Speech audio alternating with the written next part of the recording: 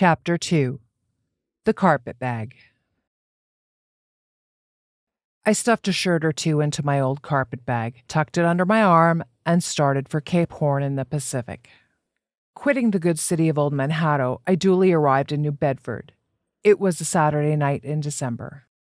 Much was I disappointed upon learning that the little packet for Nantucket had already sailed, and that no way of reaching that place would offer till the following Monday. As most young candidates for the pains and penalties of whaling stop at this same New Bedford, thence to embark on their voyage, it may as well be related that I, for one, had no idea of so doing. For my mind was made up to sail in no other than a Nantucket craft because there was a fine, boisterous something about everything connected with that famous old island which amazingly pleased me.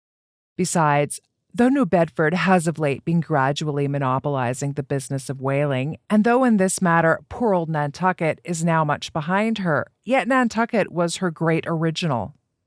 The tear of this Carthage. The place where the first dead American whale was stranded.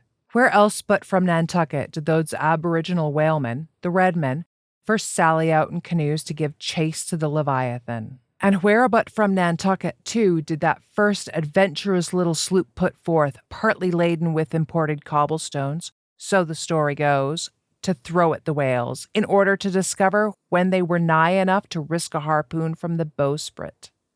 Now having a night, a day, and still another night following before me in New Bedford ere I could embark for my destined port, it became a matter of concernment where I was to eat and sleep meanwhile.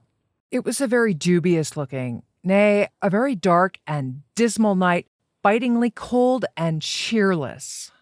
I knew no one in the place. With anxious grapnels I had sounded my pocket and only brought up a few pieces of silver. "So, wherever you go, Ishmael," said I to myself as I stood in the middle of a dreary street, shouldering my bag and comparing the gloom towards the north with the darkness towards the south, "wherever in your wisdom you may conclude to lodge for the night, my dear Ishmael, be sure to inquire the price, and don't be too particular." With halting steps I paced the streets and passed the sign of the Crossed Harpoons, but it looked too expensive and jolly there.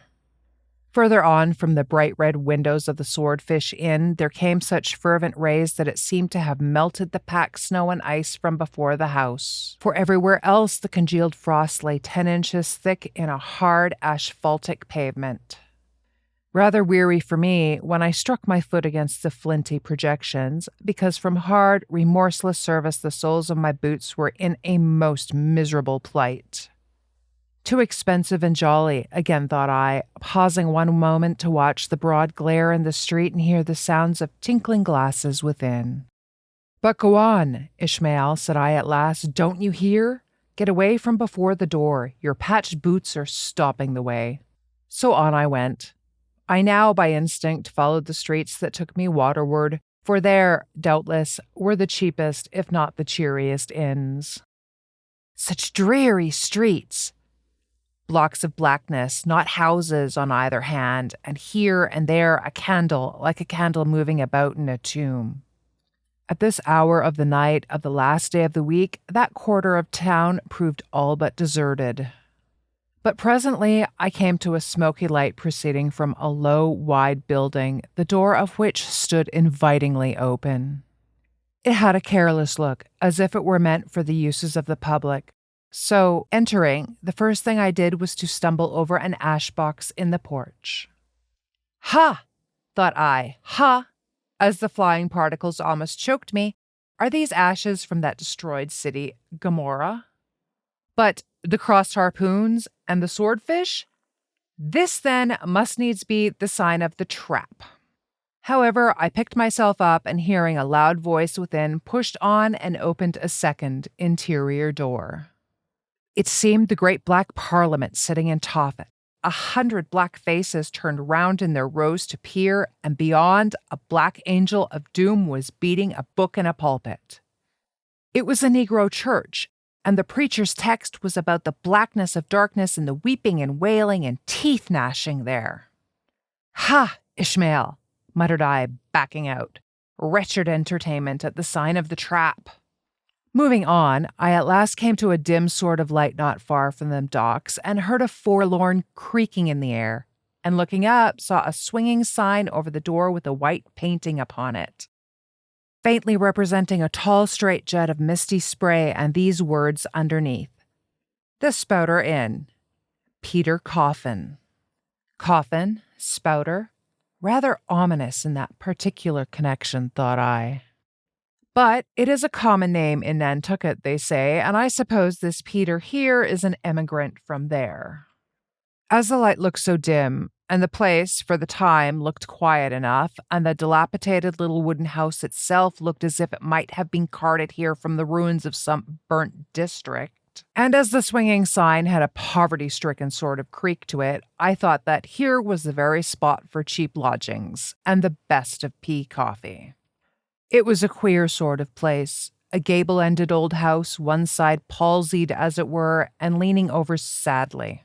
It stood on a sharp, bleak corner where that tempestuous wind Euroclydon kept up a worse howling than ever it did about poor Paul's tossed craft.